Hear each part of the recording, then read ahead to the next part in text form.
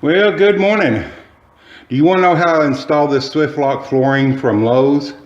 I've got some tips and tricks here that will help you do it faster, better, stuff they don't tell you about. And you're going to want to stay tuned to find these tips and tricks if you want to lay this stuff without pulling your hair out. So anyway, let's get to it. Okay. Here's what you're going to want to remember about this SwiftLock flooring from Lowe's. For one thing, your floors need to be level and your walls need to be straight. If they're not, you're going to have one hell of a time putting this stuff in, because the way it's designed is very little room for movement. It's very precise the way it goes together. So even as much as a 16th or a 32nd out, and your butt ends you'll have a little gap at one end and it'll be tight at the other. Or you'll have, like right here, see this right here?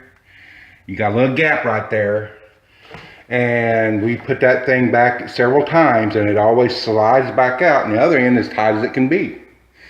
So this is a mobile home. So these floors are not level and the walls are not straight. But he got this at a, like he said, clearance price for like 80 cents a square foot. So you can't blame him, but it's not a Lure Traffic Master that I told him to go get, that he'd be much, and they have a color similar to this in Lure Traffic Master. I would have been done with all this, but we've had nothing but problems with this floor. But there are some things that I'm going to tell you in this video that's going to help you get this laid a little quicker and a little better. So let me get my tools together. I'll show you what tools you need, and we'll go from there. Okay, so sorry about the interruption there. Apparently my phone was full. I thought I'd taken everything off last night. Apparently I didn't. I just thought I did. That's what happens when you get older. So anyway, pros and cons here, some tips. When you got a long, straight, long room, not necessarily straight, because like I said earlier, excuse me, these walls and floors, the floors are not level. There are areas of them that they're pretty level, and this stuff goes together pretty decent. The walls are not straight, and so you see we end up with big gaps, and you got to make sure the big gaps are okay as long as your trim's going to cover it.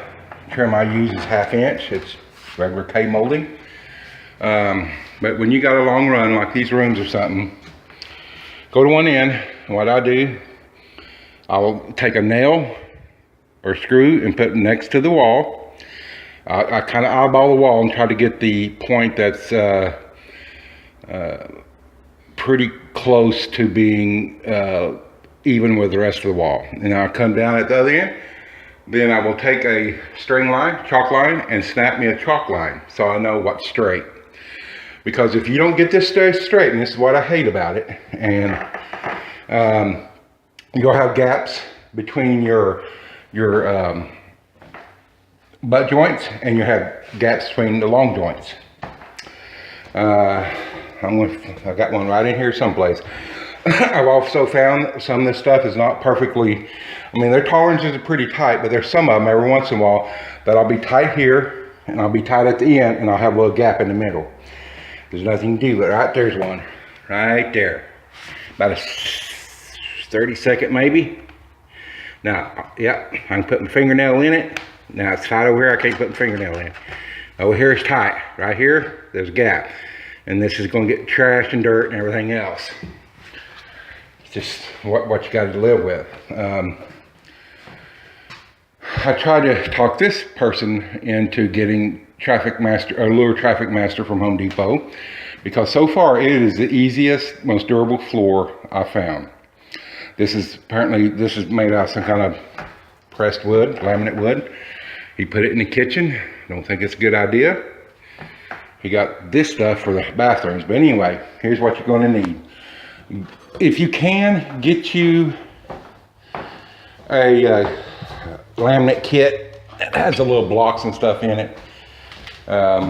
If not, you're going to need some way to cut jams. You can either get a manual jam saw if your jams are not cut. If you've already got laminate flooring or tile or something, then your jam's probably already cut. But you need some way to cut your jams. You're going to need a rubber mallet. You're going to need some kind of tool to put it into the wall and pull out. Now, they recommend putting those blocks or spacers. The problem I have, at most of the homes I do, is like this right here. See that big gap? You put a block there and this stuff moves. This stuff moves very easily. It's going to flip that block back up over onto the flooring and it's going to screw your whole thing up. So what I've done is on these long rows, I'll take a screw, a nail, like I said, got my chalk line, and I'll go down that chalk line putting a screw and nail every so often, so this stuff butts up against it and won't move up under the sheetrock. That's about the only way I found to keep it from doing that. Other tool is, this is not a score and snap flooring. I've tried that.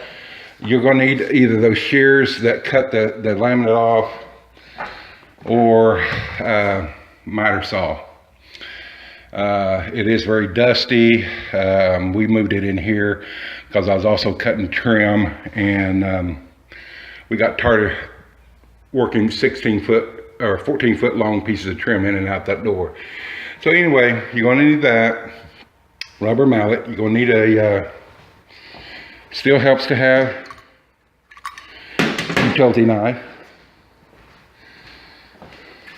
Doesn't hurt to have a screwdriver, a little pry bar, another one. And you're going to need a jigsaw and a speed square. Jigsaws are for cutting those little notches out, or like over here where the pipe is, cut a little U-notch out. Cut out there for the register. A jigsaw comes in very handy. But like I said, this is not a score and snap pipe flooring. See if I can get one laid in here.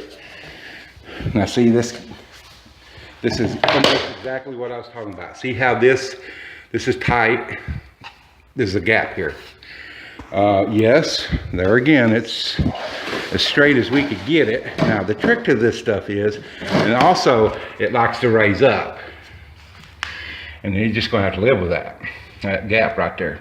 This likes to raise up, so it makes it, since it's a longer flooring, makes it very hard to snap in. Okay, I've got it here. I like to slide it tight against that and lay it down. Oh, gee, we got a gap. I don't know if I can fix this with one hand or not, guys. Like I say, this is kind of a pain in the butt. Okay, we got it tied up there. Ooh, good, we got a gap back here now. And this is kind of what you run into. So what will happen is you'll have to take one hand up here, one hand here, and hopefully you can get it. Should have brought my tripod in, but I don't know where it's at actually. So anyway, like I said, you do have to have a little angle on it. And it does take two hands. And a lot of times, another thing we've been finding out, see right there? See that little bitty piece of wood breaks off. And they keep your joints from getting tight. Oh, see, and this is the other thing. See here? This is the little tongue right here. This little piece of wood, a lot of them will break off. And that just messes you up. So that's why I don't care for this stuff.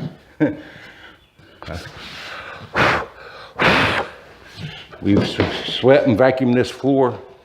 Okay, now that's going in. Another way you can tell when your floors aren't level, this will go in nice and easy, this end won't. And that means it's not square or level or plumb. Let me look at the floor there for just a moment. Okay, look at the ceilings just a moment while I force this crap in. I tell you guys, this is my house. I've had this shit ripped out. I'm gonna get but it ain't my house. It ain't worth the cost savings. Okay, here we are again. Still, this plank here is not perfectly level because, well, we're out someplace off just a little bit, so we have to fight this. So what I'm going to try to do here is go ahead and push C. This goes in good, this side doesn't. I'll put my knee on this and down here and see if we can.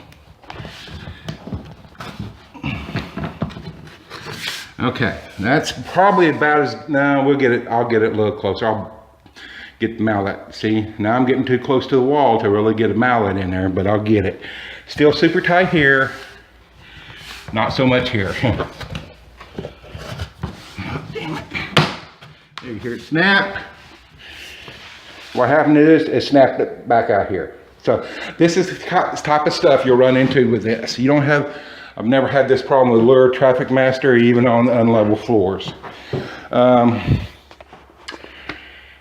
So anyway, also when you start laying this, you got two sides. You got the, I'll call the overside and the tongue side. I always put this side towards the wall. You lay it from left to right. Start on the left side of the room, work to the right, and always make sure this part is towards your wall. So I'll have to get the mallet, and I'm going to beat that, and something's going to go in right there. And as you can see, we're fixing to have a huge problem here, because this wall, if you can see, I don't think you can, it's about an inch.